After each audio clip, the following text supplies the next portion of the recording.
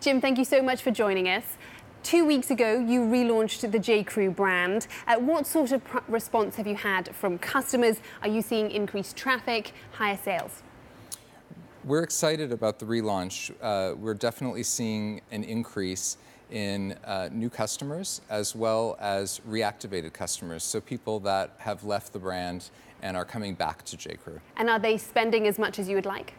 They are. It's an exciting time. We of course don't announce our sales or earnings until the end of the quarter. But you're happy so far? Yes. The relaunch focuses a lot on diversity and inclusivity. A lot of that relates to expanded sizing.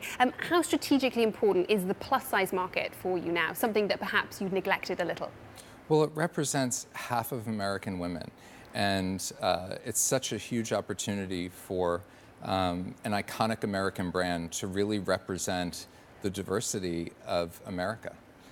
You've also reduced prices in a number of occasions, and how is that affecting margins for you?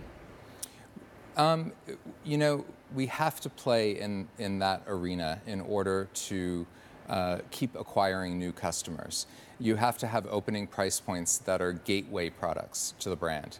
And so it's very important, and it's not just about the margin of the item, it's about the long-term value of that customer. So it's a case of bringing people in with perhaps something that they see as more affordable in the hope that they might spend more later. Exactly. And you're seeing that already? Yes. Some of the changes that you've made with J. Crew seem to make J. Crew look quite similar to its sister brand, Madewell. There are some commentators out there who have said perhaps it might become quite difficult to distinguish between the two. How do you maintain that distinction? Is that important for you?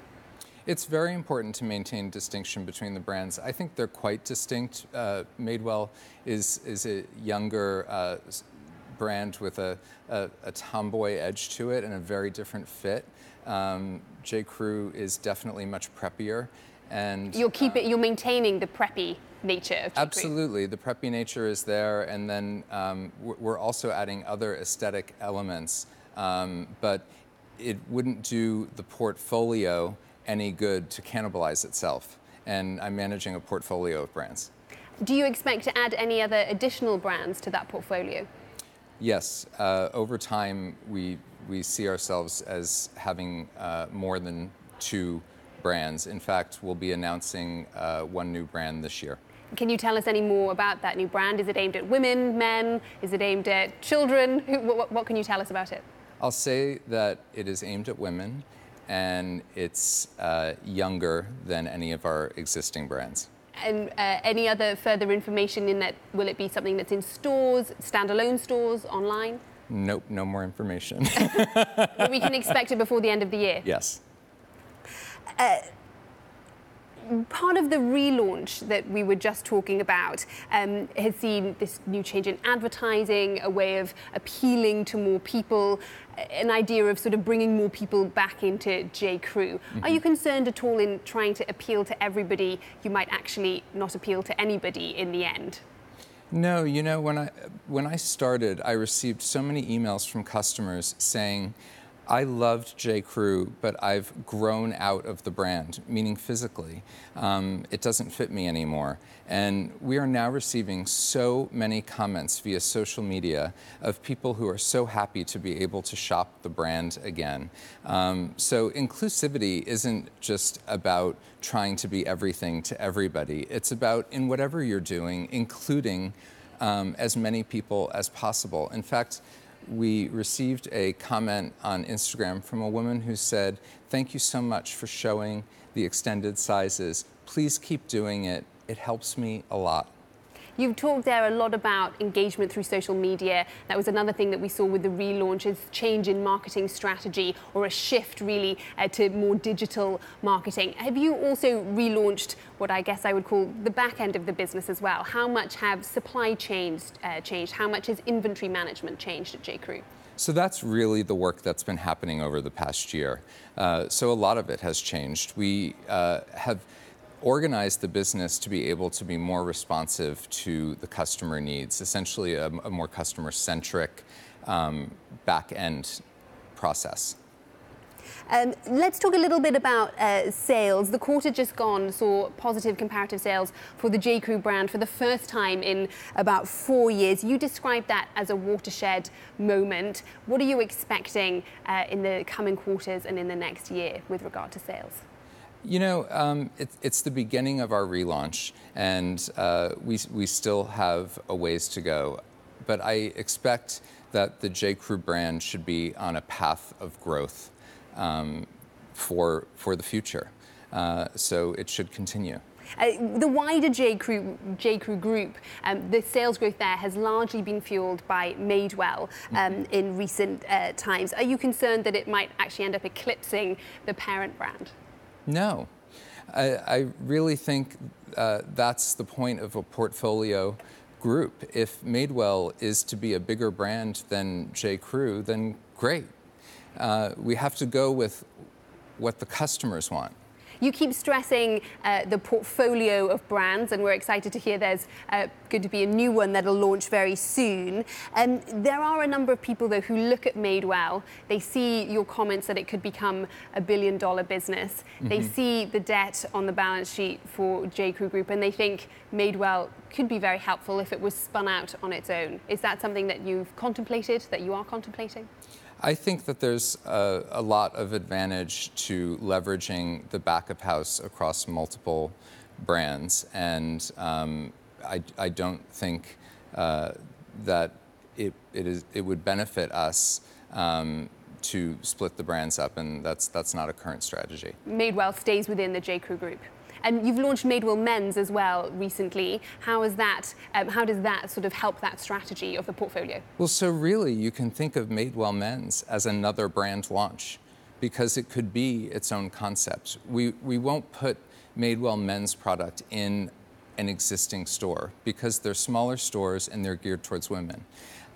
So Madewell Men's creates an entirely new opportunity for freestanding stores, a very expanded presence on website, wholesale, etc. And what has the response been to Madewell Men's? It's been great. You know, it's small because it's only online and in Nordstrom's at the moment, but it's been positive enough that I can tell you that we're very seriously looking at expansion opportunities. And does that mean physical stores? It could, absolutely. You've also recently partnered with Amazon, in many ways a competitor. You're selling the J. Crew mercantile brand on its marketplace. Why was that the right move for you to sell on what could be considered a competitor? So I really don't believe that we compete with Amazon on the main J. Crew line. I see the products that are being sold on Amazon as more value-oriented.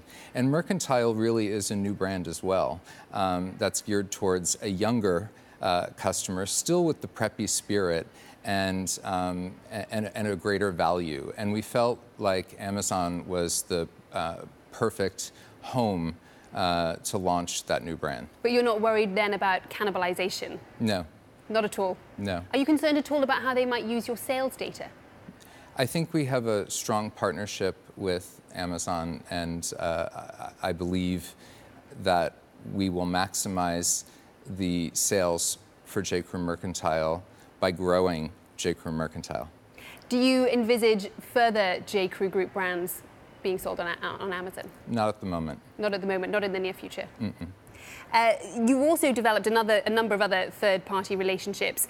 More recently, obviously, Nordstrom, Net-a-Porter, ASOS. How big a part of the business do you see wholesale becoming for J. Crew? So in the short term, wholesale has been a huge global opportunity for us. We have our wonderful relationship in the US with Nordstrom, but we did not have relationships across the globe. So recently, we launched all across Europe in all of the major department stores, and in South America as well, and we're exploring opportunities in Asia now. And how does the rest of the world take American preppiness? So far, it's really only been a couple of weeks, but so far we're hearing positive things from our partners. Just shifting gears slightly, I want to talk a little bit about tariffs and the trade war. It's been a big topic of conversation for us here at Bloomberg. A new round of 10% tariffs on another $200 billion worth of Chinese goods went into effect Monday. How does that impact J. Crew? It impacts us. Part of our products, our accessories, our handbags are impacted by the recent tariff. But, it's our job to make sure that we have a highly diversified sourcing strategy. We've experienced changes in the way that we do business before when we had quota and then we didn't have quota. And it's important to make sure that you're not overly dependent on one country. So would you consider yourself then to be well positioned, say, if apparel gets included in the next round of tariffs, should there be another round? I believe that we are a highly diversified company when it comes to our sourcing. How much of your product comes from China? I'd rather not say the exact amount, but I can tell you that it's less than a third. And are you officially already moving things away from them, or do you feel you're already diversified enough? We're always looking at opportunities to strengthen our position, and given what's happening, I think we will probably become more aggressive on that front. And at the moment, do you feel you're going to have to pass on costs to the consumer? Not at the moment. Would that change in January if the tariffs rise to 25%? I think that we can't pass these increases onto the consumer. We have to figure out a way to manage our internal costs to absorb it. You would absorb it in a different way? Yeah. Changing to look at the US economy, which is going through a period of growth at the moment. Yeah. That's something that the president is obviously very happy to tout whenever he can. Consumer confidence is high. Are you seeing that among your consumers? Are people spending more? Are they shopping more often? The consumer confidence thing is always hard to measure because the performance at every retailer is so different. We know that it's up from what we read, but in terms of our own performance, we look at it in a much more internal way, and we measure our success against our own efforts versus general broader economic swings. The flip side, obviously, though, of a good economy is that labour, freight, cargo costs, those tend to go up, and they are rising. Are you having to think about that? How is J.Crew navigating that at the moment? That's also always part of an ongoing sourcing strategy, is how you're managing tariffs, how you're managing your sourcing costs, and how you figure out how to leverage more of your business to lower those costs. So one of the things that's been a big opportunity at J.Crew is to leverage our businesses, meaning consolidating them in a way that lowers our costs. And what about when it comes to associates? Are you finding it more difficult to hire? Are you having to offer more incentives at the moment?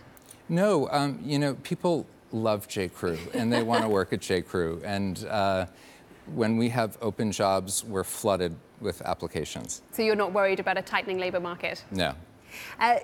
Let's turn to the future of J.Crew. You're obviously trying to implement a long-term strategy at J.Crew. You've been CEO now for over a year. That may take some time to pay off. J.Crew is also owned by private equity, and they're not often that patient. They're typically more focused on some near-term cash generation. How much of a challenge is it to manage those competing sides? I have to say that the private equity owners of J.Crew have been supportive of everything that I've wanted to do. So I've been able to implement my full strategy and build a strong team. And we have plenty of runway. Our debt isn't due until 2021, and we don't anticipate that being an issue. Private equity, though, is usually looking for some sort of exit. Absolutely. Is that something, can you tell us something about what that might be in the near-term future? There have been rumours before about going public. Is that part of J.Crew's evolution? I would say, a transaction is the end state thing that we're striving for, but it could be anything. It could be an acquisition by another company. It could be an IPO.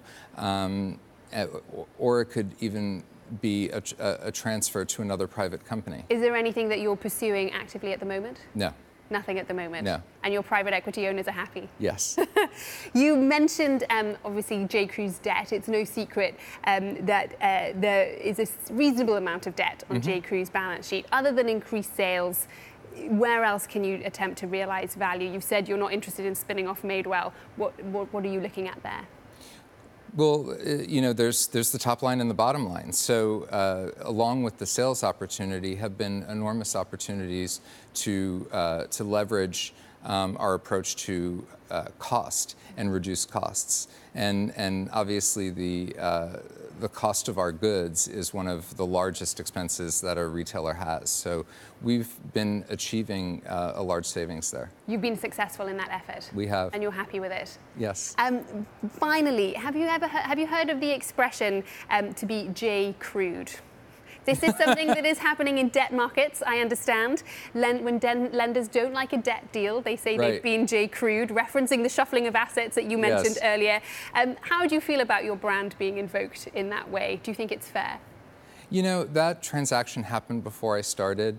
I don't know if it's fair or not fair. All I know is that when I started a little over a year ago, I think our debt was trading around 70 cents, and now I think it's trading at close to 70 cents on the dollar, and now I think it's trading at almost $1 on the dollar. So I think that the people that hold our debt are very happy. So you think your performance perhaps shows how well you're doing with regard to that?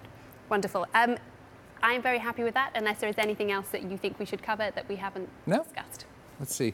We talked. I feel like we covered everything. Yeah. What did we talk about? We talked about Amazon. We talked about Madewell Men's. We talked about the new brand. We talked about inclusivity, and we talked about sales and tariffs and the economy. I think we covered everything that we said we were going to cover. Yes, and there's nothing else you'll tell me about this new brand other than it's aimed at a younger female audience. No. Thank you very much. We really appreciate it.